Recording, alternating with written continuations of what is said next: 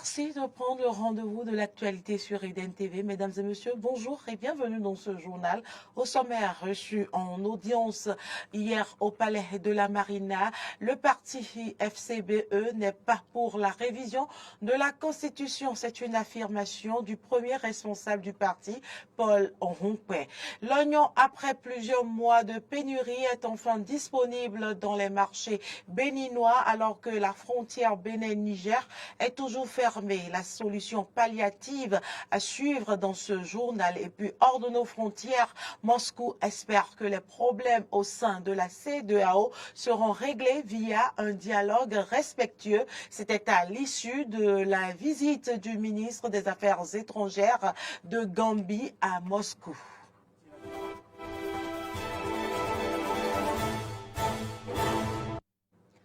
Merci pour l'attention. Je l'annonçais dans les titres. Le chef de l'État a reçu en audience hier une délégation du parti, la force Cori pour un Bénin émergent, conduite par son premier responsable, Paul Rompé. Cette délégation s'est entretenue avec le président de la République au palais de la présidence sur des préoccupations nationales. Suivant les propos de Paul Rompé à sa sortie d'audience.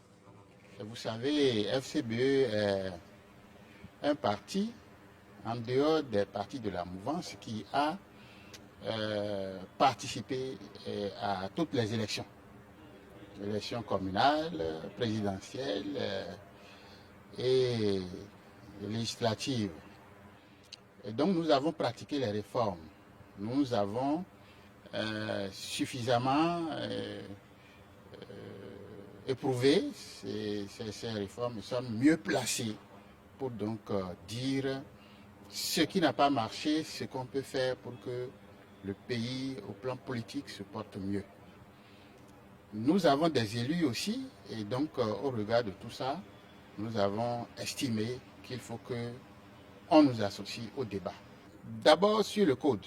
Sur le code, nous avons une proposition simple qui pourrait permettre de contourner l'obligation d'aller vers la révision de la Constitution. Nous pensons que si nous touchons à l'article 41, alinéa 11, où il est dit que la Sénat dispose de 8 jours pour donc étudier les dossiers, on pourrait allonger à 12 jours les 12 jours ajoutés à la date 5, où les dépôts de dossiers de dieux de candidats doivent se faire, pourraient permettre que tous les élus de 2026 soient déjà en place et que les candidats qui, entre-temps, auraient déposé les dossiers le 5 puissent donc compléter les pièces de leur dossier par les formulaires de parrainage. C'est une proposition que nous faisons. Mais nous ne nous limitons pas à la question de parrainage. Nous pensons qu'il y a bien d'autres modifications à apporter à la loi, telles que le montant des cautions. Nous plaidons à ce qu'on revoie un peu les montants. Au-delà de ça, nous avons bien d'autres propositions que nous avons. Par rapport à la Constitution, nous estimons que autant que faire se peut, que nous puissions l'éviter. Éviter la révision de la Constitution dans la situation actuelle. Et voilà qu'une proposition est déposée.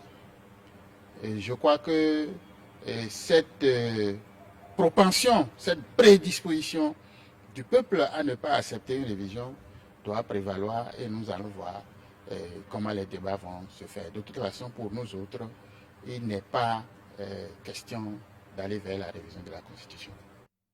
Voilà qui est clair. Marie-Ahmed Chabi Talata représente le Bénin au sommet Italie-Afrique qui a ouvert ses portes à Rome. Elle représente le président Patrice Talon à ce sommet. En prélude à l'ouverture des travaux, les différents chefs de délégation ont été reçus par le président italien et la première ministre. C'était dans la soirée du dimanche 28 janvier. À ces assises, le Bénin propose son remède contre l'immigration. C'est un sommet qui renforce le partenariat entre l'Afrique et l'Italie en mettant l'accent sur les secteurs clés comme l'éducation, la santé, l'agriculture et l'énergie. La vice-présidente du Bénin a présenté à l'occasion une thématique sur la formation professionnelle et promotion culturelle. Elle a également révélé la destination Bénin à travers son intervention. Suivez le compte rendu de la cellule de communication. L'Afrique au Sénat italien, le temps d'un sommet qui pose les bases d'un partenariat d'égal à égal. Plusieurs chefs d'État et de gouvernement sont conviés à cette rencontre. Objectif, dévoiler le plan Mattei axé sur le renforcement de la coopération énergétique avec les pays africains et les appuyer dans différents domaines, notamment la santé, l'éducation et d'autres secteurs. Des annonces enregistrées à l'ouverture de ce sommet. La première ministre italienne a en substance mis l'accent notamment sur le renforcement des pays africains avec à la clé une dotation initiale de 5,5 milliards d'euros. L'Afrique présente ses priorités par la voix du président de la Commission de l'Union africaine. Moussa Faki Mahamat indique l'agriculture, les infrastructures, l'environnement, l'énergie, la santé, l'éducation, la digitalisation comme priorité. Le remède est là. Il est dans le partage de la prospérité, l'égalité dans la prospérité. Le monde est comme les vases communicants. Remplissez l'un et créez la passerelle et vous verrez. Dans ce combat, l'Afrique est consciente qu'elle doit assumer ses responsabilités pour promouvoir et faire respecter les principes de son partenariat d'une part et centrer ce partenariat sur ses priorités. Le président en exercice de l'Union africaine, Azali Assoumani, se préoccupe de l'augmentation du flux migratoire des jeunes Africains et souhaite une synergie pour mettre à profit les ressources dont dispose l'Afrique. Il est essentiel de travailler en toute synergie pour mettre à profit les nombreuses richesses naturelles dont dispose l'Afrique, pour non seulement développer davantage le continent, renforcer notre partenariat, mais aussi et surtout mettre fin aux flux migratoires, souvent meurtriers, des Africains ayant perdu tout espoir de vie meilleure dans leurs pays respectifs du continent. La phase protocolaire laisse place au panel. Le Bénin intervient sur la thématique formation professionnelle, promotion culturelle. La vice-présidente Mariam Tchabitalata Zimeyerima propose une thérapie au phénomène de migration massive de la jeunesse africaine. Dans son intervention, elle fait remarquer que la migration massive de la jeunesse africaine est perçue comme une menace, d'où la nécessité d'accorder une importance à la formation professionnelle et à la promotion culturelle. Le Bénin, conscient de ces enjeux, a engagé depuis 2016 des réformes audacieuses dans le domaine éducatif et économique visant à doter sa jeunesse de compétences et à stimuler l'économie, a-t-elle poursuivi. Elle a par ailleurs vanté les potentialités du Bénin dans les domaines agricoles, notamment dans la production du coton, du soja, du karité et de l'ananas et propose un partenariat gagnant-gagnant. Sont également intervenus les présidents du Sénégal, Macky Sall, de la République du Congo, Denis Sassou Nguesso, et plusieurs autres chefs d'État ou représentants. Ce sommet a ouvert la voie à des discussions approfondies et à la recherche de solutions conjointes pour relever les défis auxquels l'Afrique est confrontée. Le Niger, le Mali et le Burkina Faso, trois pays de l'Afrique de l'Ouest, dirigés par des militaires arrivés au pouvoir après des coups d'État, ont annoncé dimanche dernier leur retrait de la communauté économique des États de l'Afrique de l'Ouest, CEDEAO. Cette décision est consécutive aux relations conflictuelles entre ces trois pays et l'organisation sous-régionale depuis l'événement des coups d'État. Reçu sur le plateau de Matin d'Éden, Olivier Michel de Campos, consultant et analyste géopolitique, a fait la lecture de la situation. Suivez Pluton. Il sera assez difficile de prédire véritablement quels seront les impacts, en tout cas en termes de conséquences réelles.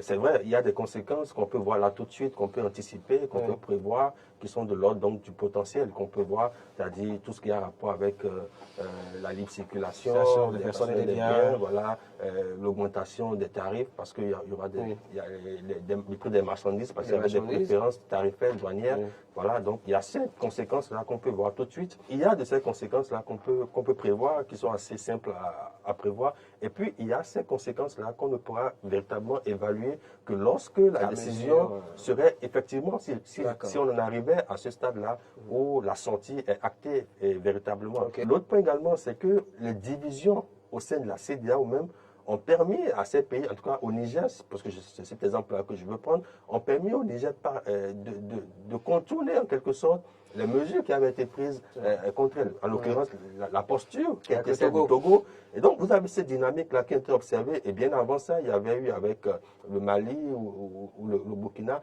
les attitudes d'autres pays comme la Guinée qui avaient ouvert son port et permis donc l'acheminement des marchandises. Et également la Mauritanie et l'Algérie qui avaient refusé à l'époque de... Donc, il y a à la fois les divisions internes à CEDEAO qui font que des membres vont certainement choisir des postures différentes. Et vous avez les États voisins, les États non membres de la CEDEAO qui également ne suivent pas forcément. Aujourd'hui, il sera assez donc difficile de dire concrètement, de façon vraiment avec une certitude, quelles seront vraiment ces conséquences. Il va falloir forcément s'asseoir autour d'une table, et cette fois-ci de manière vraiment constructive pour pouvoir avancer. Vous savez ce que le président Tinubu avait qualifié à quelques mois ou quelques mois lors du sommet passé d'alliance fantôme, est en train de devenir aujourd'hui de prendre forme et de montrer quand même que la dynamique qui avait été enclenchée, nous l'avons débattu ici, qui avait été enclenchée était une dynamique. Ce n'était pas une organisation créée comme ça de toutes pièces. Elle était pensée, elle avait un objectif, et peut-être on est en train de voir aujourd'hui là où voulaient aller ces États-là en créant à l'époque l'AES. Donc la négociation, pour ma part, est assez importante à la fois pour ces pays-là qui s'en vont ou qui veulent partir, autant pour les pays restants donc de la CEDEAO. Parce qu'il ne faut pas oublier, et ça j'en finirai là-dessus, on parle de CEDEAO des peuples. Mais malheureusement, on n'a pas pu réaliser cet objectif-là, cette ambition de CEDEAO des peuples. Et peut-être, il faudra peut-être que maintenant, on puisse mettre en avant l'intérêt des peuples dans la résolution de cette crise-là. Et puis justement, en parlant des conséquences, le prix de l'oignon est désormais en baisse dans les marchés après la pénurie liée à la fermeture des frontières avec le Niger, conformément à la sentence de la Communauté économique des États de l'Afrique de l'Ouest, CEDEAO. Le produit est de plus en plus disponible sur les marchés. Suivez ce reportage. Maintenant, c'est l'instant de l'oignon. Ça a commencé à sortir beaucoup maintenant. Les ménages n'ont donc plus de soucis à se faire pour se procurer l'oignon, cet aliment tant conseillé pour se maintenir en bonne santé. Après s'être fait désirer pendant quelques mois dans les ménages à cause de sa non-disponibilité et de la hausse de son prix, l'oignon est à nouveau disponible et à portée de tous sur les marchés du Bénin. Le recul des prix observés s'explique non pas par la réouverture des frontières du Niger, mais plutôt par la disponibilité progressive du produit en provenance de Malanville, du Nigeria ou du Niger, mais en transit par le Nigeria. C'est pour le Nigeria qui est moins cher maintenant, là. Avec les Manaville là. Maintenant, le moins cher là, c'est pour les Ourous de Manaville. C'est pour le Bénin. C'est ça qui est moins cher maintenant. On n'a pas ouvert les frontières. Hein. Ça quitte le Nigeria, hein. Ça va au Niger. Hein. Au Nigeria, ça quitte. Le oignon du Niger n'a pas arrivé ici, jusqu'à présent. Parce que la frontière c'est déjà fermée. Tout ça, c'est l'oignon du Nigeria. Si l'oignon du Niger arrive, si la frontière n'a pas fermé là, la vérité, alors comme si là, c'est à 20 000 à 25 000. Mali ne mange pas l'oignon, Burkina ne mange pas l'oignon. Bénin, Niger, Côte d'Ivoire, Ghana. C'est eux qui mangent l'oignon. Là, qui mange l'oignon, tout c'est déjà fermé. Donc maintenant, cette année-là, c'est les pertes de cultivateurs. L'augmentation des frais de transport de l'oignon depuis le Niger vers le Bénin est la principale raison pour laquelle les commerçants préfèrent se rabattre sur le voisin de l'Ouest. Il y a augmentation de l'argent beaucoup. Hein. avant là, les sacs là, avec frais de route là, c'est à 5 000 on paye, 5 500. Maintenant jusqu'à 9 000, 8 000. Là, un sac, la frais de route là, avec camion tout. Maintenant 9 000, 8 000, 8 500. Comme transport de Niger là, c'est trop cher. C'est trop cher. Comme avant, le camion qui va sortir de port là, il va venir vite. C'est lui qui prend bagage, oignon, tout pour retourner. Maintenant, il n'y a pas ça. Il n'y a pas ça tout. Ce problème, c'est trop. Maintenant, là, on a mené oignon encore. Tous les clients qui vont payer oignon là, il a dit venez là, ça n'a pas allé. Il n'a pas allé, il n'a pas l'argent pour payer. Maintenant, là, oignon, c'est venu beaucoup. Il n'y a pas personne qui va payer. Même il a mené là. Il n'y a pas personne qui va payer. Ces commerçants, soucieux du devenir de leurs frères producteurs d'oignons au Niger, plaident pour la réouverture effective des frontières. On est là, on est en train de prier à Dieu. Parce qu'on voulait réouvrir ça. Nous, on a déjà cultivé, notre grand frère, notre frère, on a déjà cultivé ça là-bas. Ils sont là-bas. Ils ne savent pas où ils vont partir avec ça. Tu sais que tu as cultivé au moins ça, 40 sacs, tu vas manger ça. Si tu n'as pas venu, tu vas manger ça. Ça va périr. Ça va gâter. Donc, c'est là c'est une perte. Donc, l'année prochaine, qu'est-ce que tu vas faire? Tu n'as pas fait. Mais avec quoi que tu vas faire? Il n'y a pas l'argent. L'argent que tu as pris dans ta poche pour cultiver, il n'a pas vendu. C'est là, à la maison, c'est déjà gâté tout. Donc, ce sont des animaux qui vont manger ça. Le Niger Bénin, là, c'est la même. Il n'a qu'à aller pour négocier. Avec même État là, il n'a pas négocié là. Population avec population là, il n'a qu'à négocier.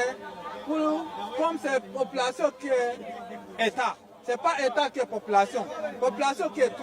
Population de Niger ou bien population de Bénin, il n'a qu'à comprendre. Pour travailler ensemble, pour vous voulez l'avoir. S'il n'a pas vous voulez l'avoir, c'est un grand problème. Il est nécessaire que les autorités gouvernementales soutiennent cette filière afin que le Bénin ne dépende plus des autres pays. Actualité en dehors du Bénin, Mamadou Tongara, ministre des Affaires étrangères de Gambie à Moscou. Moscou qui espère que les problèmes au sein de la CEDEAO seront réglés via dialogue respectueux. Ce règlement doit reposer sur le principe aux problèmes africains des solutions africaines, avec un rôle important réservé aux organisations régionales, a déclaré le chef de la diplomatie russe à l'issue de ces pourparlers. Reportage. Bien sûr, les relations entre la Russie, la Gambie et l'Afrique sont historiques. Et nous nous souvenons toujours du soutien que vous avez apporté à l'Afrique dans les moments difficiles de la lutte contre toutes les formes d'injustice. Au niveau multilatéral également, vous soutenez aussi toujours l'Afrique. Donc nous apprécions cette relation et nous y tenons beaucoup. En effet, les relations russes-gambiennes ont passé l'épreuve du temps. Elles s'inscrivent aujourd'hui dans l'amitié. Commerce, défense, agriculture, encore industrie. Les deux pays sont en relation dans main domaine. Côté agriculture, la Gambie se dit prête à coopérer avec les producteurs russes d'engrais. En même temps, beaucoup d'étudiants gambiens étudient en Russie. Certains bénéficient même de bourses allouées par l'État russe. Comme convenu aujourd'hui, le nombre de ces bourses va être doublé. Les délégations gambiennes, parfois de haut niveau, prennent part aux événements d'envergure internationale organisés par Moscou. Le meilleur exemple est le sommet Russie-Afrique. Le président gambien a pris part à la première édition en 2019. 4 ans plus tard, en 2023, la délégation gambienne était conduite par le ministre des Affaires étrangères. C'est notamment la participation de la Gambie à ce forum qui a donné un coup d'accélérateur au développement des relations bilatérales. À l'issue de cette rencontre, les ministres ont signé un accord censé promouvoir la coopération diplomatique entre les deux pays. Et voici quelques autres résultats concrets de cette visite. Aujourd'hui, nous avons réaffirmé notre détermination à renforcer notre coopération commerciale et économique. Nous avons également identifié des domaines prometteurs tels que le BTP, la modernisation des infrastructures, les transports, l'agriculture et le tourisme. Nous avons décidé de fournir à tous ces secteurs le soutien nécessaire sur le plan organisationnel et diplomatique. Notre évaluation de la coopération culturelle est positive, notamment en ce qui concerne la formation des Gambiens dans les universités russes. Dès la prochaine année universitaire, la Russie va doubler le nombre de bourses allouées à cette fin. Lors de la conférence de presse, Mamadou Tongara a également commenté le retrait récent du Mali, du Burkina Faso et du Niger de la CEDEAO. Nous espérons avoir la sagesse de nous réunir en tant que frères et de résoudre le problème par la voie du dialogue. Je crois qu'il faut inviter nos frères et sœurs du Burkina Faso, du Niger et du Mali à se mettre à la table et à trouver une solution afin de préserver cette grande famille et de résoudre les difficultés dans l'intérêt de l'ensemble de la région. Les deux ministres sont d'accord sur le fait que les deux pays ont un énorme potentiel pour le développement des relations bilatérales. Et puis c'est tout pour cette édition. Merci pour l'attention. Les informations se poursuivent sur nos différentes plateformes Facebook, YouTube, Twitter et sur notre application Eden TV Diaspora FM. À très bientôt.